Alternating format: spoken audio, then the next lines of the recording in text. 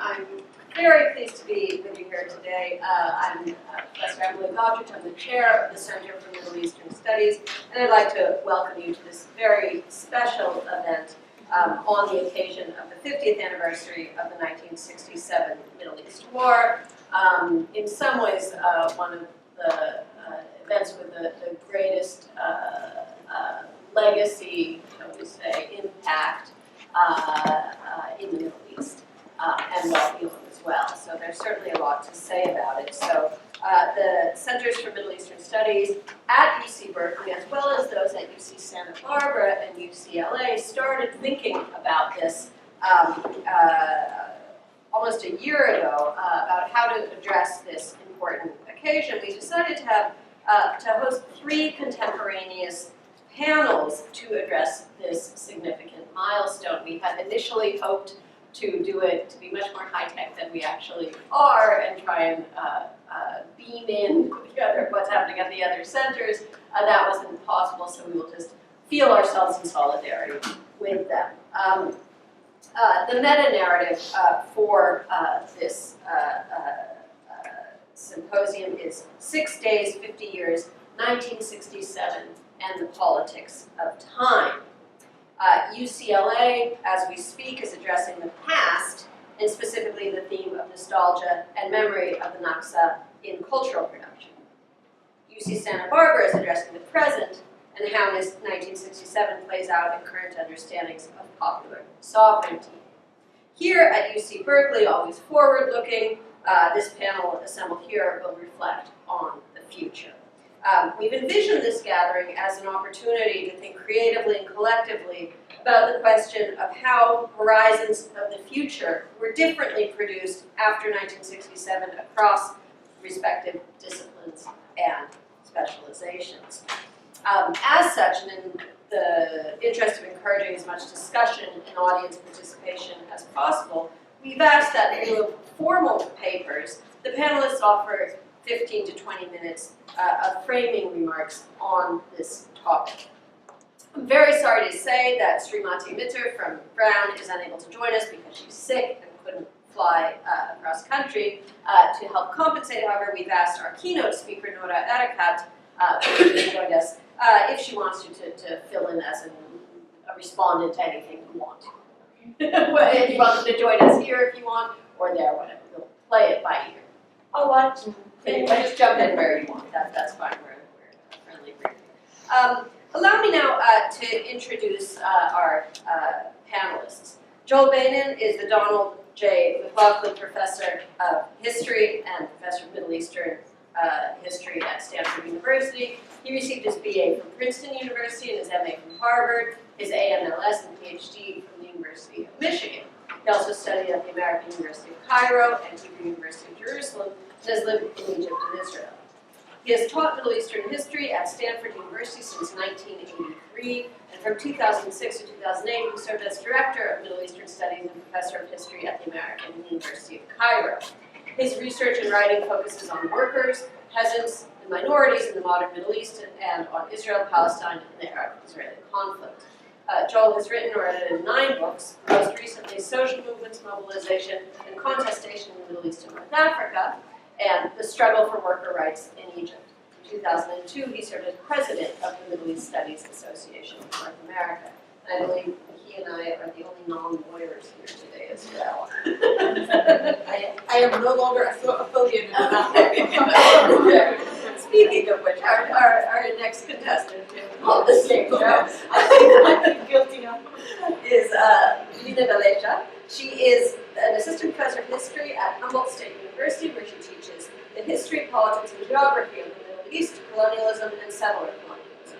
She received her PhD from the Joint History of Middle Eastern and Islamic Studies program at NYU, New York University, and her forthcoming manuscript, Contested Citizenship in Nazareth, Palestinians' Transition from the Mandate to Israel, focuses on the social and political history of Nazareth from 1940 to 1966, tracing how Palestinians who remained in Israel in 1948 negotiated their incorporation into the state, affirming their rights as citizens and their identity as Palestinian. Leena also holds a law degree from the University of Jerusalem. And then Smadar ben Natan is a prominent lawyer in the fields of human rights, criminal law, and public law, and specializes in human rights litigation, political trials, immigration and asylum, torture, prisoners' rights, and feminist litigation. She's a visiting scholar at UC Berkeley Center for the Study of Law and Society and a PhD candidate at Tel Aviv University's Buckman Faculty of Law. Her current research is titled Models of Criminal Enemy Adjudication, Armed Conflict, Martial Law, and Criminal Law. Then Natan received her LLB from Tel Aviv University and her MST in International Human Rights Law from the University of Oxford with distinction.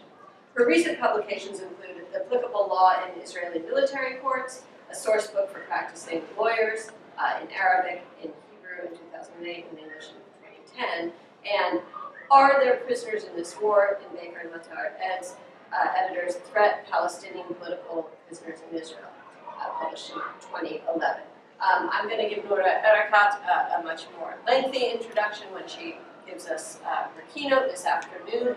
But for the moment, I will simply note that she's a human rights attorney and activist, an assistant professor at George Mason University, and her research interests include the laws of war, human rights law, refugee law, national security law, social justice, Palestine, and the Palestine-Israel conflict, as well as the Middle East in general. As many of you probably know, she's a co-founder and editor of Dallasheh, and an editorial committee member of the Journal of Palestine Studies. So without any further ado, I think we will start. And again, remind everybody that we did ask our panelists to prepare their comments all on the same topic. I don't know if they've shared their comments with each other, so it'll be interesting to see what we hear. And then at the end, we'll let each of them speak, and at the end, we'll open it up to Noura and to a general discussion. Okay, Joel? So I'm going to talk about three horizons of the future as seen by the Palestinians, Israel, and the United States in ascending order of power. I'm a historian, and historians don't like to say this is the moment when everything becomes different. All of the things that I'm speaking about crystallized over the course of several years before and after 1967. But the war is a convenient moment on which to hang things. So the weakest party in the conflict, the Palestinians. The PLO was established in 1964, and it was established as an initiative of Egypt and the Arab League to contain Palestinian political activity, and especially armed Palestinian activity, because of the fear that it would spin out of control. The war completely remade the PLO. In December of 1967, the founding chairman, Ahmed Shakedi, resigned. Yahya Hamouda succeeded him very briefly, invited Fatah, which had been established in 1959 and began conducting armed actions against Israel in 1965, to join the PLO. Fatah was given 33 out of 105 seats in the PLO Executive Committee, and 57 more seats were divided among other armed factions. At the fourth Palestine National Council meeting in July of 1968, the armed group's takeover of the PLO leadership was ratified. And at the fifth Palestine National Council meeting in February 1969, Yasser Arafat was elected chairman of the PLO. Fatah's fighters were trained in Algeria, even a few of them in China. And the programs of all of the armed factions understood the Palestinian national movement as part of the global anti-colonial and anti-imperialist movement. They anticipated a victory resulting from armed struggle in the style of Cuba, Vietnam, and Algeria. Consequently, until the mid-1970s, they took a very hard line against any diplomatic initiative involving recognition of Israel. They totally rejected UN Security Council Resolution 242, which doesn't mention Palestinian national rights in any form. In fact, doesn't even use the word Palestinians. And because of this initial formation, which was widely welcomed by the international New Left, for the first time we had to understand Palestine in terms that made sense with regard to other struggles, Because of this initial formation, Fatah and other armed groups delayed and qualified transition to a diplomatic strategy, even though they had initially begun to discuss it as early as 1974. And because of this, the United States and Israel deeply distrusted the PLO. So even when the PLO met in 1988, the 20th Palestine National Council recognized Israel, renounced violence, and so on. And even when the PLO engaged in the Oslo process, it didn't fully benefit from its willingness to abandon armed struggle, nor could Arafat actually have enforced a full abandonment of armed struggle if he had wanted to. So armed struggle remains an option and periodically reemerges, despite its having been manifestly inefficacious. Israel, on the other hand, Israel before the war was in a sort of a funk. In 1965, more people left the country than came, and there was a widespread joke, the last one who leaves, please shut the light. So the war revived the dynamism of the settler colonial enterprise that established the state, and it allowed many Israelis who had only privately or in a low tone of voice to imagine that the task that was not completed in 1948, that is the conquering of all of British Mandate Palestine, was now accomplished, and the land could be settled. So Moshe Dayan, who was at the last minute brought into the cabinet as Minister of Defense and hailed as the hero of the war, even though all of the planning was done beforehand, in response to a question from a BBC interviewer about Israel's expectations from the Arabs, said, we're waiting for a phone call from the Arabs. And this was his way of signaling that Israel was prepared to hold on to the occupied Palestinian territories indefinitely, as not all, but many of the more powerful members of the cabinet were. The settlement project actually began in the Golan Heights in July of 1967, and in the West Bank at Kfar Etzion in September of 1967, which has since mushroomed into a very large complex south of Jerusalem, the Etzion block, in Kiryat Arba, outside Hebron. Spring of 1968 was the starting point. So some of the largest and most important settlement blocks, as they are known in the Israeli parlance, were established very soon after the war. There was a debate about where to settle, how much to settle. There was no debate about the right to settle. So the basic Israeli attitude towards the West Bank, somewhat different towards the Gaza Strip, there was a debate about that, is this is the land of Israel. Jews are the only people who have rights to the land of Israel. It might be advisable for political reasons, diplomatic reasons, to make concessions to Arabs, but they're just that, concessions. We do not recognize anyone's rights other than Jews to the land of Israel. The attitude was a little different regarding the Sinai Peninsula, which was Egyptian national territory before it was occupied in 1967 and was not by most people regarded as part of the land of Israel. But nonetheless, Moshe Dayan addressed the Knesset on July 16, 1969, and said, I prefer to sit in Sharm el-Sheikh without peace than have peace and return Sharm el-Sheikh to Egyptian hands. And Abba Eban, who was the most dovish figure in the Israeli cabinet at the time, explicitly agreed with him. That attitude led Israel to reject the efforts of the UN Special Envoy Gunnar Yaring, who worked in late 1969 and early 1971.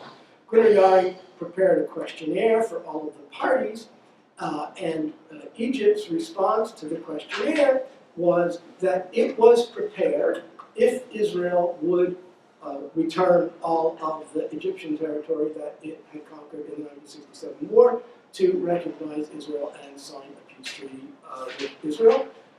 Israel responded that it would not, for the reason that Moshe Dayan gave. They preferred to have Dallasheh. And consequently, the 1973 war was illegal. It was entirely a war that did not have to happen because the terms on which it was ultimately settled were accepted by Egypt in 1971. The most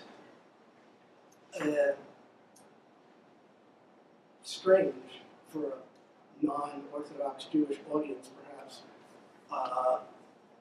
thing that happened in Israel following the 1967 war was the valorization of the religio-messianic nationalist theology of Rabbi Kook. So Avram Yitzchak Kook was the first Ashkenazi chief rabbi of Mandate Palestine. He established the Merkaz Harav, the center of the rabbi yeshiva in Jerusalem, before he passed away in 1935. And he taught what he designated as practical messianism, which links divine redemption to actions of human beings. And according to Kook, the return to Zion and the establishment of a Jewish state would lead to redemption and the messianic era. In this scenario, of course, Zionism was overwhelmingly a secular movement carried out by people who were, many of them, outright atheists, if not of questionable Jewish belief.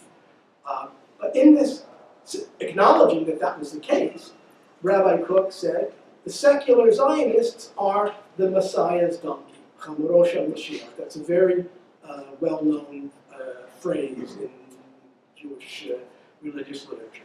So that means they are a tool of God, even though they don't know that they're playing this role, in implementing his plan to establish the state of Israel and initiate processes that will culminate in the coming of the Messiah. Once the state was established, secularists would have to step aside and allow Orthodox Jews to govern the state according to halakha, Jewish religious law. And the basis for this whole argument comes from the book of Zechariah, chapter 9, verse 9, and we'll quote it here. Rabbi Kook's intellectual heir was his son, Tzvi Yehuda Kook, who taught in the Merkaz Harav yeshiva. And on Israeli Independence Day, May 15, 1967, he gave a sermon, I guess we have to say, that included the following. 19 years ago, that is to say, first Independence Day of the State of Israel, on the night when the news of the United Nations decision in favor of the reestablishment of the State of Israel reached us, when people streamed into the streets to celebrate and rejoice, I could not go out and join in the jubilation. I sat alone and silent. A burden lay upon me. I could not accept the fact that indeed they have divided my land. That's a quote from the book of Joel 4:2. Yes, where is our Hebron? Have we forgotten her? Where is our Shechem? Nablus, that is. Our Jericho, where? Have we forgotten them? And all that lies beyond the Jordan, each and every clod of earth, every region, hill, valley, every plot of land that is part of the land of Israel. Have we the right to give up even one grain of the land of God? On that night, 19 years ago, during those hours, as I sat trembling in every limb of my body, wounded, cut, torn to pieces, I could not then rejoice. So, for Kook, the independence that Israel achieved on the basis of the UN partition plan of November 29, 1947, was deeply, deeply flawed. And from then on, he was teaching his students these sorts of things. The quotes are on the website of Arutz Sheva, which was a religious radio station that operated from 1988 to 2003 until it was shut down, but they still run a website. So, for example, The Rambam, that is one of the Maimonides, clearly establishes that this land, which God has promised to our forefathers, must be kept under our control and not under the control of any other nation. This is clearly meant in a national sense, for everyone understands that ruling a land means the establishment of a state in that land. The establishment of Jewish sovereignty over the land is a fundamental precept of the Torah. Or another example. We are indivisibly attached to Judea and Samaria and to all the expanses of our land through the eternal bond between the holy nation and the holy land. We must stand in defense of this to the uppermost limits of dedication and self-sacrifice without any surrender at all. There is absolutely no need to entertain thoughts of relinquishing even a single square meter of God's inheritance to us. There is not to be any blemish in our borders, God forbid. We are to battle for this end with all of our strength. So, these are the precepts that were taught at the Merkaz Harav Yeshiva. Basically, that the commandment to settle the land comes very early in the book of Genesis. Be fruitful and multiply and fill the land, is the most important of all of the 613 commandments that appear in the Bible. And graduates of this yeshiva were very influential in the post-1967 settlement drive, and they were among the founders of Gush Emunim, which was the first organized form of the settlement drive. So Hanan Torah was a founder of Faret Zion, and Moshe Levinger was a founder of Hebron, and Chaim Druckman was a founder of the Yeshivot Hesder movement, which is basically a combination of a religious seminary military academy, which then gets Orthodox, modern Orthodox Jews into the officer corps of the Israeli army. So the significance of this is comparable to the significance of the kibbutz movement in the early period. The people who believed these things, and this is pretty extreme stuff, even for many modern Orthodox Jews. The people who believed this formed an elite, a vanguard, a highly committed and intensely bonded collective that was prepared to go out and take great chances with the certainty that they were right in what they were doing. And they made it possible for people who were much less ideologically committed to just follow behind them, including people who just thought, oh, well, in Jerusalem, the housing is expensive, so yeah, I'll move to Faret Zion and I'll commute 20 minutes to my job in Jerusalem. Big deal, because it's become an easy thing to do as a result of the activities of these other people. The kibbutzim were the vanguard of labor Zionism in a similar way earlier. Kibbutzim never were more than 6% of the entire population of the Jewish state, but they made it possible to settle in places, they were willing to defend those places, and so on. By 1965 or so, the kibbutz movement was in decline. Very few new kibbutzim were established after 1956. So this movement filled the gap and renewed the ideological elan of the settler colonial project in a completely different register. I mean, the two groups often hated each other, except for some overlap. Some of the labor Zionists actually were okay with this. The United States. This is probably the piece that we know the most, and so least needs to be said about it. The United States was, the 1967 war was something of a turning point in the public recognition by the United States that Israel was an important ally in the Middle East.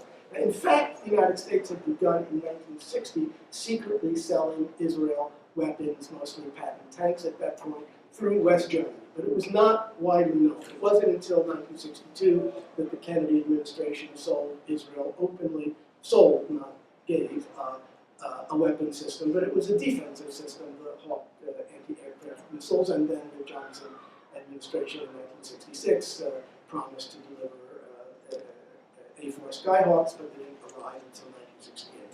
The big policy, so the United States looks at Israel while it is bogged down in Vietnam, and Johnson is angry that Jews are prominent in the movement against the Vietnam War, but got home for Israel, that's its own story. But they look and, whoa, we didn't do very much for Israel at all, and look, they beat the Arabs, they're cool. So as America is realizing that it's not going to win in Vietnam without dropping nuclear weapons, which is politically impossible, the Nixon Doctrine was articulated as a new policy orientation in August of 1969. And this basically means instead of invading all sorts of places, we'll have local cops on the beat and we will give them military aid and training. And in the Middle East, this was called the two-pillar policy, and the two pillars were Iran and Saudi Arabia. Why Iran and Saudi Arabia? Because that's the Gulf, and that's where the oil is, and that's what the most important thing is. But there was actually a third pillar that was never articulated. Why never articulated? Because it will piss the Arabs off, but that was Israel. And Israel especially became important in the wake of the defeat of the PLO in Jordan in the period called Black September. The Popular Front for Liberation of Palestine had hijacked several aircraft, brought them to a desert airfield in Jordan. King Hussein basically said, no, that's too much. And he resolved to eliminate the PLO's presence in Jordan. Syria said, no, you're not going to do that. We're going to march a column of tanks down to Jordan if you do that. And Israel scrambled its air force and said, no, you're not going to do that. And the Syrian tanks didn't cross the border. And in Washington was like, whoa, wasn't that cool that Israel held Syria at bay and saved the chestnuts of our good ally, King Hussein. So after having received what was then significant, but still a small amount of military aid, $140 million between 1968 and 1970, after Black September 1970, Israel received a total of $1.2 billion from 1971 to 1973. And since then, Israel's military aid and military importance has expanded not only in the Middle East, but also in Latin America, South Africa, all sorts of places around the world where Israel acts as either directly an American surrogate or more or less consistent with U.S. imperial policy. Thank you.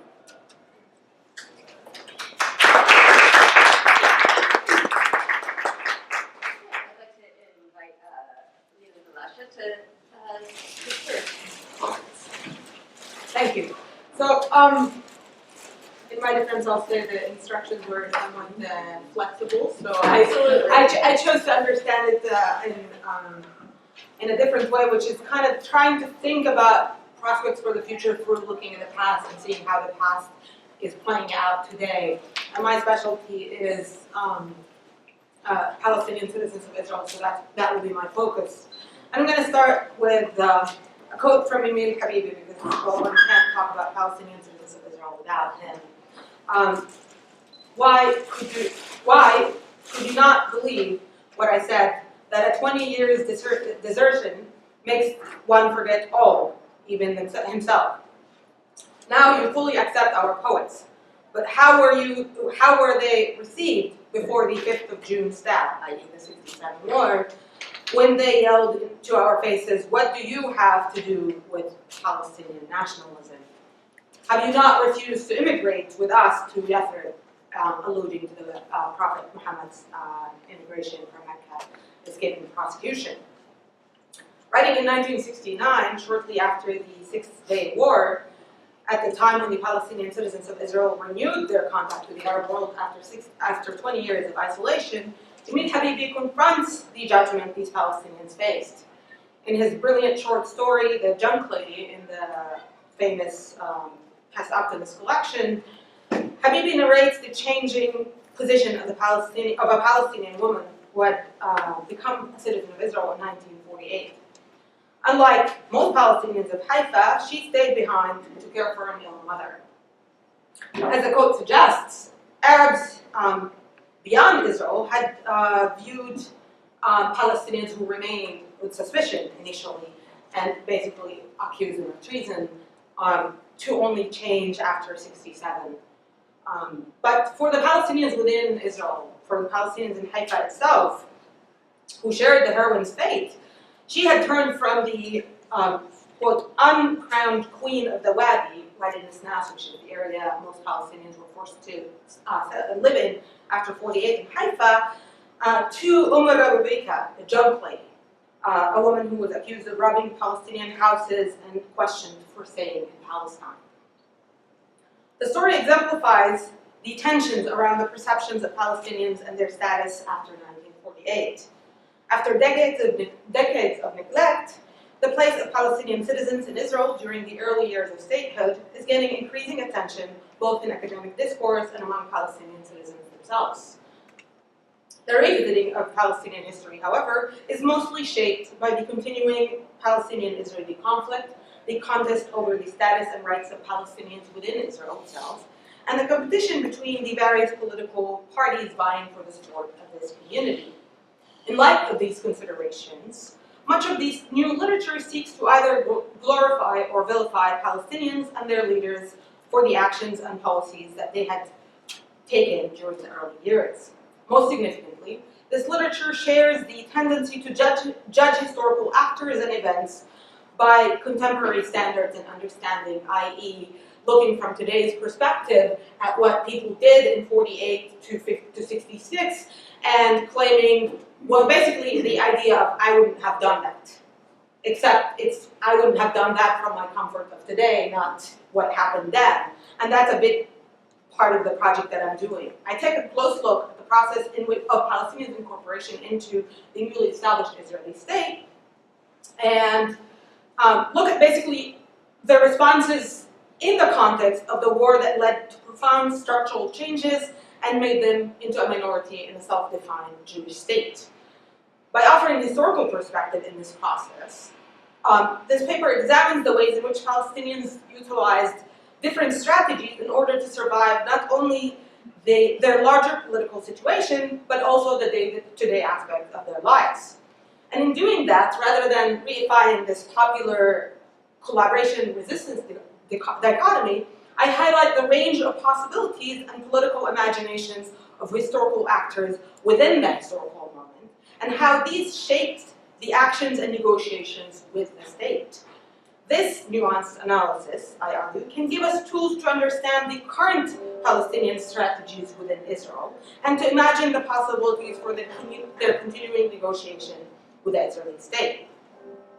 In order to get at these questions, I focused on the Palestinian city of Nazareth, a city that would become the most important urban center for Palestinians after, as it was the only city to survive 1948 for the Palestinians.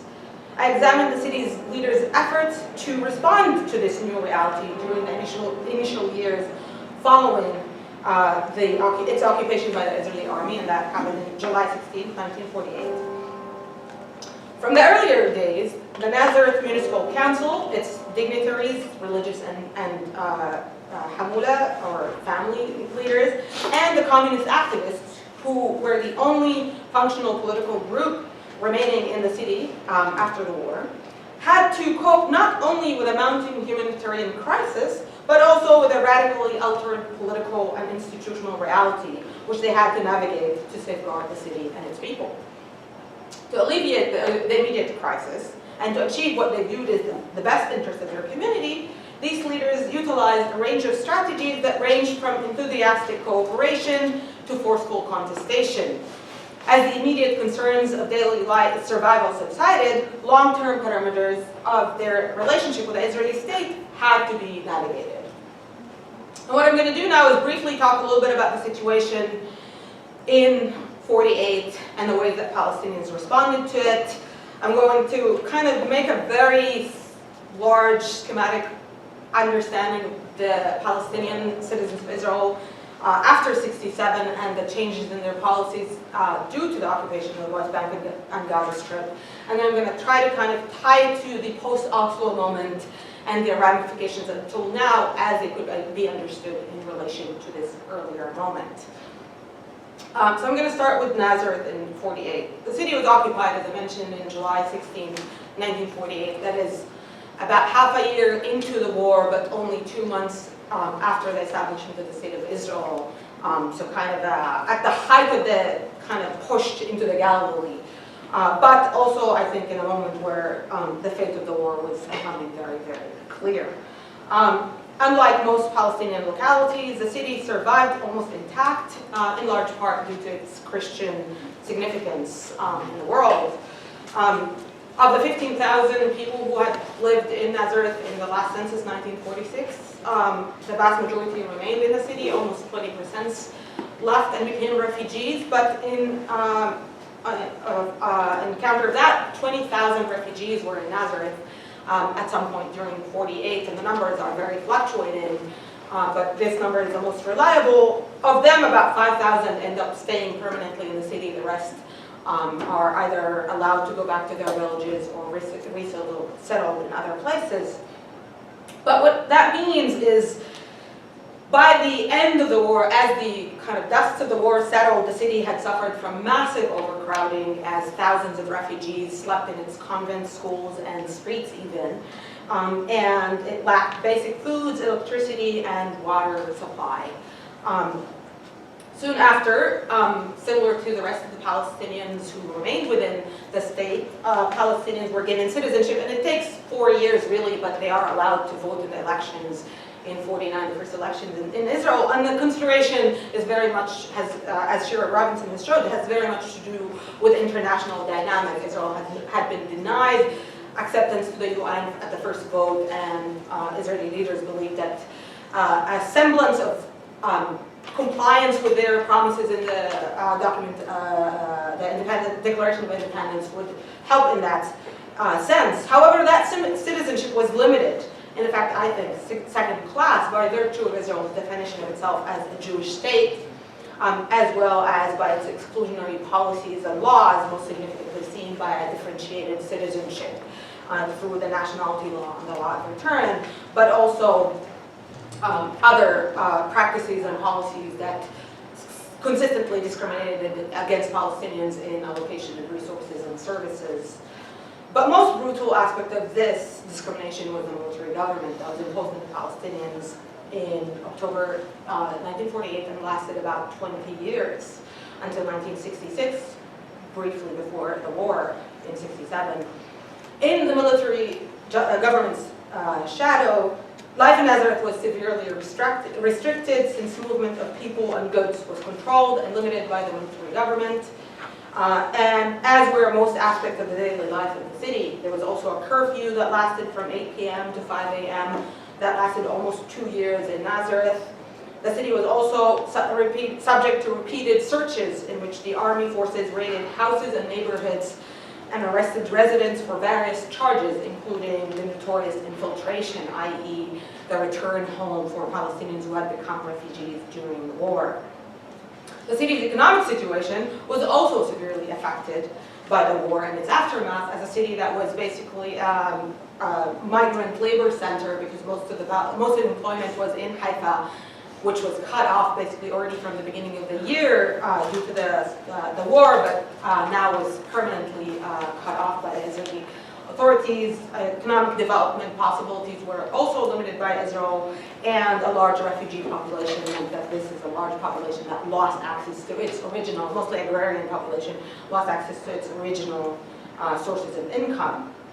But because Nazareth was this city that Israeli leaders believed was important to Christianity, and thus the world is watching, there was a need to do something to make things look normal for the Israeli leaders. And because of that, the military governor and other officials start meeting with local leaders, including union leaders, religious leaders, and the municipality and the city, in order to try to get things back in some order. And initially, for the leaders, the Nazareth leaders, it was about dealing with the immediate needs of the city. Beyond the need for provisions, there was also a need to alleviate the effects of the military government, and also the effects of the raids, the repeated raids that were very much destroying the daily life in these communities. There was also a need to find a solution to the massive unemployment problem in the city, try to figure out how to reopen school, how to reinstate social welfare and services, and how to get beyond the water shortage problem. But the contact between the residents and the authorities would evolve over time from the immediate crisis as it starts being controlled. Claims were advanced to setting the perimeters of a longer-term relationship, an attempt to try to figure out how do we go from here, from this moment of crisis. In this, the Palestinian leaders start negotiating various degrees of autonomy for the city and kind of check the limits of Israeli tolerance of their activities. And within this, it wasn't a uniform effort, I argue. There was a spectrum, a continuum, in which people acted from more subtle rejection of Israeli hegemony to more direct confrontation with the Israelis in an attempt to set these perimeters. And I'm going to talk briefly about the mayor, who I see as an example of the more subtle rejection. The mayor is a complicated figure, and unfortunately there's not enough historical material to fully understand him, but he actually refuses to fight the Israeli army approaching the city. He signs an agreement, ceasefire or a surrender agreement. He meets with the Israeli authorities very soon after to try to kind of get things back in place, but also very soon after starts hesitating, starts deflecting and rejecting Israeli dictates, usually relying on past practices and British regulations that were still in effect at the time. And I argue that we can see him as a pragmatic. He didn't think that the city can fight, and that probably was accurate, since the army units that were established, the Palestinian army units that were, or the Arab army units that were in the city were actually left before the Israeli army started approaching it. But he was also, especially in the early period, still when things were not clear, Nazareth was supposed to be a part of the Arab state according to the partition plan, and some perceived that if this reality changed, cooperating with the Israeli army would be, or with the Israeli leadership would be considered treason. But I also tend to think of it as a foot-dragging resistance, a way of kind of understanding on the one hand that the Israeli army and the Israeli authorities are there and they're right now controlling, and it's very hard to directly confront them, but at the same time wanting to try to carve out some space of autonomy, some ability to maintain, for instance, the city's resources. Water, for instance, is one of the big conflicts, and who owns the city's water is one of the things that he puts his foot down. And eventually, after threatening to disband the municipality and a lot of pressure, he tones it down a little bit, but he continues until his last day when he's voted out in '54 to challenge Israeli hegemony regularly in this indirect and more nuanced way. And on the other side of this continuum, I argue, we can see the communists. On the one hand, the city's communists, and those are both representatives of, or members of Maki, the Israeli Communist Party, and particularly Palestinian representatives of Maki, and union organizers in the Arab Workers' Congress. And both of these groups initially show willingness to work with Israel, with the Israeli authorities to better the situation of the city, but they also, from the earliest days, work to kind of set a more strict and a more confrontational line with the Israeli authorities on certain points. And you can see that already in the first meeting with the Israeli Minister of Minorities that was held in July 20th, 1948, 4 days after the city was occupied by the Israeli army. And in that meeting, they declared that they're willing to work with the Israeli authorities for the best of both people, but at the same time, they also announced that they are going to do that for the interest of to preserve the interests of the Palestinians, and with the expectation that Israel will fulfill its promises for the rights for the Palestinians. And for the next years, for the following years, the communists work at the same time at trying to kind of resolve the issues. They do view themselves very much as involved, as basically leading the working class and the masses, and as that, they're very invested in kind of alleviating the crisis. So for instance, they work with the Israeli authorities on sending hundreds of Palestinian Nazareth workers to pick the agricultural product of lands of Lidda people who had now become refugees for as an absentee property. And even though they have a problem with this concept where Israel basically establishes this custodian of absentee property, which Palestinians mostly call the thief of absentee property, who took over the lands of the Palestinians who had become refugees, the communists were very, very strict in their fight against the policy and the law that then ensues, but at the same time seeing themselves as leaders of working class in a city that was on the verge of starving with massive unemployment, they work with the Israelis to send the workers there. But even in that, they're still insistent on negotiating some level of protection, some level of rights, and even politicization of the workers who are now in Lidda, which eventually actually gets the workers replaced with more acceptable workers.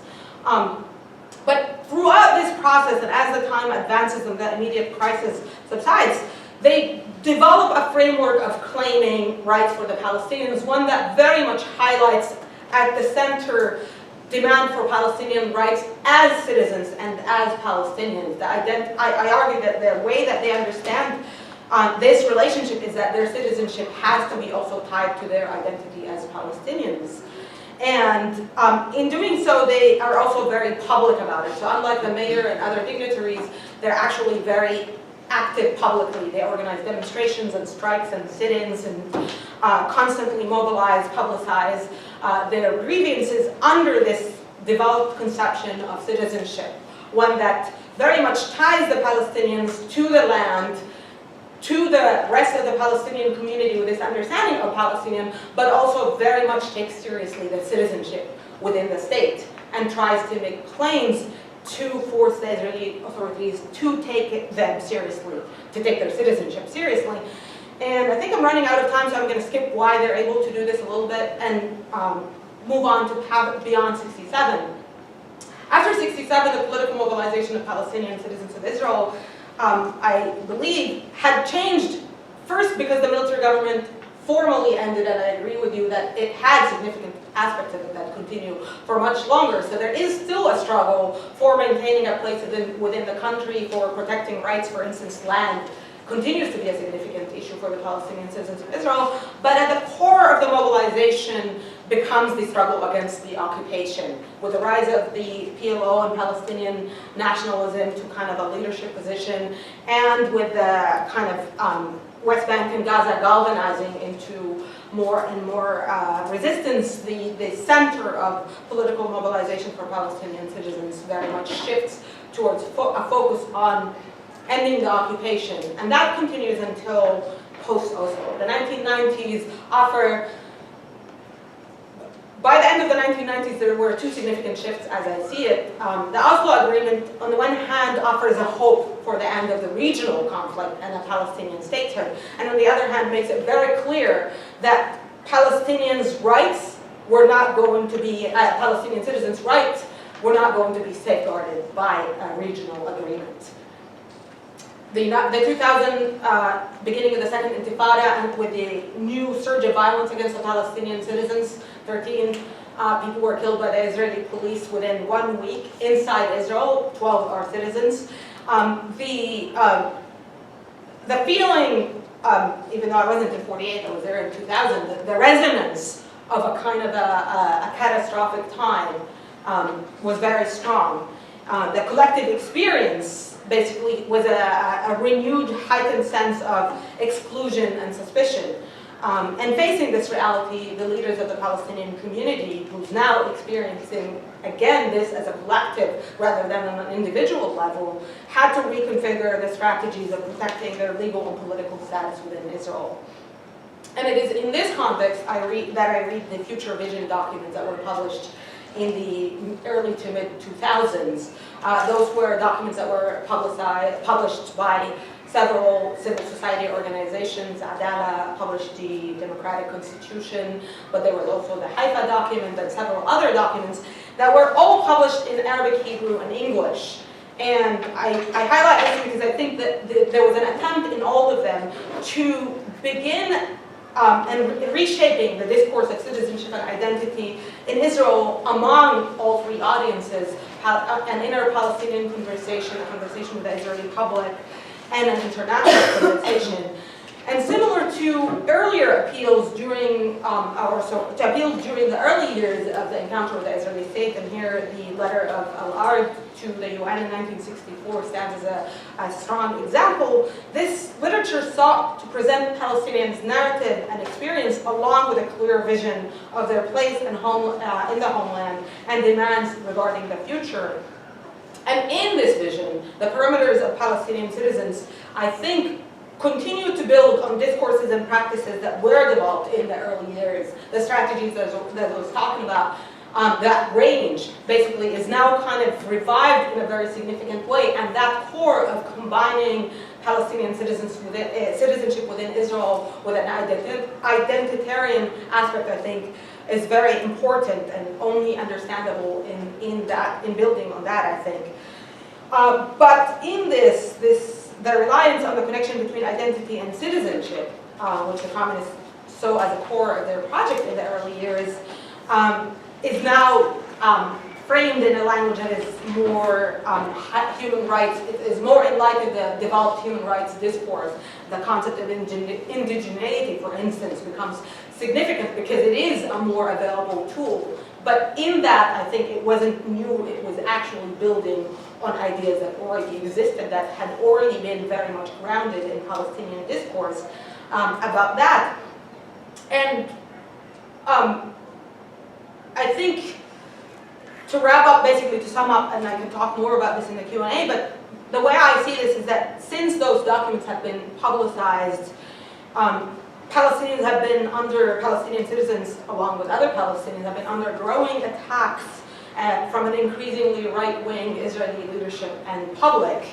And in face of those, the past strategies of survival, of daily survival, of holding on to the land, and of insisting on their place as citizens and Palestinians continue to guide that encounter in everyday life, and I think will be a key in determining the end, or the end shape of this old new exclusion. Thank you.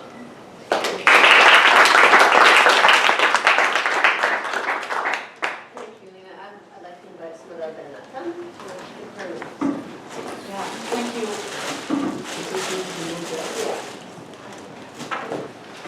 Thank you, Emily, for inviting me to participate in this panel. And when I looked at the topics you suggested, and I focused my paper on the way, and you framed it as how different visions of the future were imagined across different disciplines. So I relate to the legal discipline, which I'm part of, but in particular to the military legal discipline within Israel, and how did it see the future of the 1967 takeover of the Palestinian territories.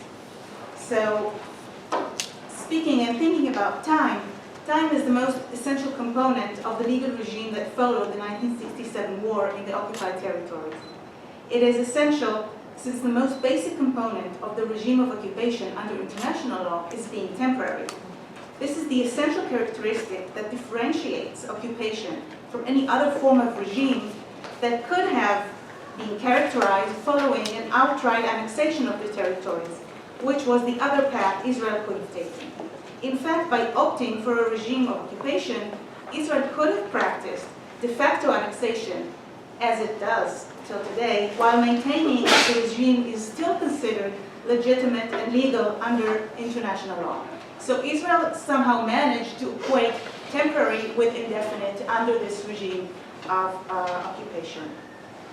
In their international relations, Israeli governments formally resisted the definition of their control of the territories as occupation, and also portrayed the war and the occupation itself as a surprise that it came onto them while they didn't mean to do that, especially with regard to the West Bank, thus making the legal discourse revolve around the question of occupation or non-occupation.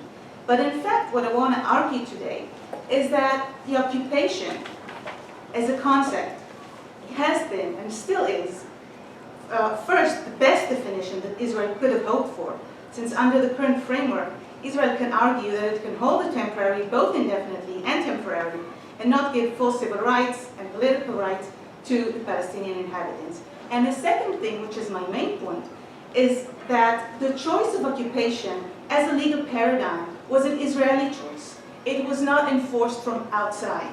Okay? It was an Israeli choice despite the apparent controversy over it.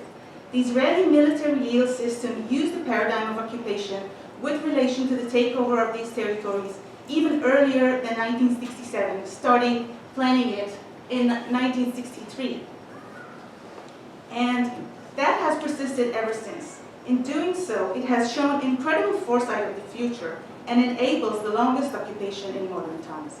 So the state here is not one. There is the government who speaks that there is no occupation, and the legal system or the legal military advisor who are planning their actions in accordance with a paradigm of occupation.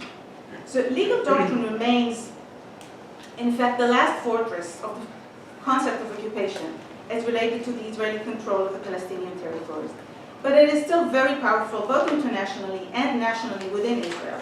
What I want to do today is to show you how historically the Israeli military legal system saw ahead and planned for an occupation regime of future occupied territories. This argument is meant to give a historical perspective on how the regime of occupation is beneficial for Israel, to the extent that Israeli military legal system held firm to it. This truth has later been blurred since Israeli governments retreated from the acknowledgement of occupation, and thus the Israeli political left and the international community took on the mission of proving and convincing that this is indeed an occupation and not a rightful return to the Jewish national homeland. This attempt to stick to the occupation as the paradigm under which Israeli actions should be seen was damaging for liberation efforts in the long term. I think we can see it today. So, the military legal system was very early to recognize that an occupation regime is a very promising paradigm, even before 1967 and certainly after that. The Israeli Supreme Court, after some hesitation, defined the situation as occupation. But in doing so, it followed the stance of the military commanders who were acting according to the international law of occupation, following the legal advice of the military advocate general. Most legal research focuses on Supreme Court decisions, which are public and visible. I want to go deeper and look at the internal mechanisms of the military legal system, which are less visible and less researched. The military advocate general, the military legal advisors, and the military courts, who in fact have had great influence on policy and on legal discourse. But in building this historical argument, I cannot start with 1967 like others here also did, because we can't start with 1967, and not even with 1963, when legal preparations for the occupation began. I have to start with 1948. While many in Israel and the international community still see the occupation of the Palestinian territory as an exception to, or an outpost of, the Israeli internal democratic regime. In fact, military regime of Palestinians is a permanent trait of the Israeli state and governance. From the outset of its creation, Israel established a military regime, a form of a martial law, over its Palestinian citizenry, which operated, as we heard right now, from October 1948 to December of 1966. In June of 1967, a new military regime was declared in the newly conquered territories. So there was only 6 months in the entire Israeli history of a complete civilian and therefore democratic regime. In fact, if we look at the legal military apparatus, we don't even have these 6 months, because military courts even continued to operate even after the abolition of the military regime in 1966. So there was really a continuum ever since October 1950 of subjection of Palestinian civilians to military court inside Israel and in the occupied territory. Although after 1966 they operated on a smaller scale. These military courts of the military regime overlapped and were followed by the military courts in the occupied territories that operated since June 1967. So in fact, there was not a single day in Israeli history since January 1950 that Israel did not subject Palestinian civilians to military courts. The legal mechanisms of the military regime has at least partially followed the Israeli flag to the occupied territories, where they last until these days, relying on the paradigm of occupation. Inside Israel, military courts were abolished finally only in 2000, partially because there was no legal paradigm that could legitimize them within state borders. But in the West Bank and in Gaza until the disengagement, the paradigm of occupation still enables, until today, the operation of military courts over civilians.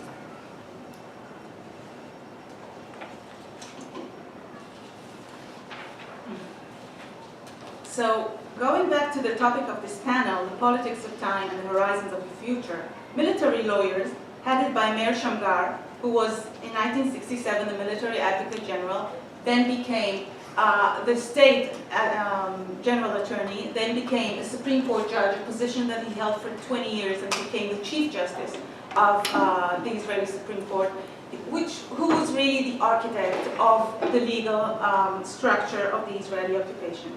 So Meir Shamgar, in 1967, as a military advocate general, was the one with his fellows who saw the future most clearly and devised the legal paradigm that still holds firm until these days. They have devised a regime of occupation long before 1967, starting 1963. Meir Shamgar writes about this in his recently published autobiography. It was published in 2015, although others have written about it before, combining honesty and apology, and these parts are my translation from Hebrew. So he writes, "From the general staff meetings in which I participated, I learned that the Military Advocate General Corps must consider possible developments. Would the security situation deteriorate and a conflict between Israel and its neighboring countries will force Israel to conquer territory in self-defense, the IDF might find itself controlling civilian population, and we should be prepared. We started a series of internal courses in collaboration with the military regime units." So these were the units that were doing the internal military regime, so they cooperated in this. Dozens of officers studied the laws of war. We purchased professional literature. We added our own professional literature. And this is how we put together the Guide for the Legal Military Officer in Military Government of Occupied Territory. This is 1963. They have this guide. Our aim was to propose a legal basis for a situation in which Israel might find itself in control of civilian population. We dealt with all this starting 1963, aiming to provide a concrete response to the tensions around the border at the time and nothing beyond that. As I usually do, we left nothing to chance. For every regional command, we prepared a metal strongbox that contained everything that a legal officer accompanying combat forces might need. The guide included the structure of the military regime that would be established after the occupation, the structure of the legal department and administration. Again, in order to leave nothing for chance, we added to these metal strongboxes proclamations, which included military orders of occupation forces in Hebrew and in Arabic, which should be posted in public places. The legal advisor of the occupation forces can find in these boxes background materials and explanation, the list of the countries that have signed or ratified the Geneva and the Hague Conventions, and a detailed description of the legal systems in Jordan, Egypt, Syria, and Lebanon. There were even lists of judges and lawyers in the central cities in the neighboring states with their addresses and their phone numbers. Only 4 years later, in June 1967, we recalled the strongboxes. We pulled them out, and they served the legal advisors of the different regions, who found themselves within days conquering vast territories with over 1 million inhabitants. Everything was done with foresight. This is, until now, this is Shamgar. So indeed, everything was done with foresight, and nothing was left to chance. The war lasted from June 5th to June 10th. The West Bank and the Gaza Strip were conquered on June 7th. The proclamations that established the military regime and the military court were issued on the same day, June 7th, since they were prepared in advance. By August 27th, over 1,500 trials were held in the West Bank only in the military courts. The structure of the military regime was planned according to the basic structure of an occupation regime as set forth in the Hague and Geneva Conventions. By this, I don't mean to say that Israel necessarily abided by these conventions, but that this was the basic structure that enabled Israel to argue that it was abiding by them. For example, Israel had not assumed sovereignty over the territories and did not immediately apply its own laws to them as it did with East Jerusalem, and later with the Golan Heights, which were annexed. The proclamation stated that the laws that were in force in the territories would remain in force, and the military legislation that was enacted pursuant to the occupation presumably only added or introduced changes to the local law. The establishment of the military court was also done according to the Geneva Conventions. The local courts were allowed to continue to operate in non-secured cases.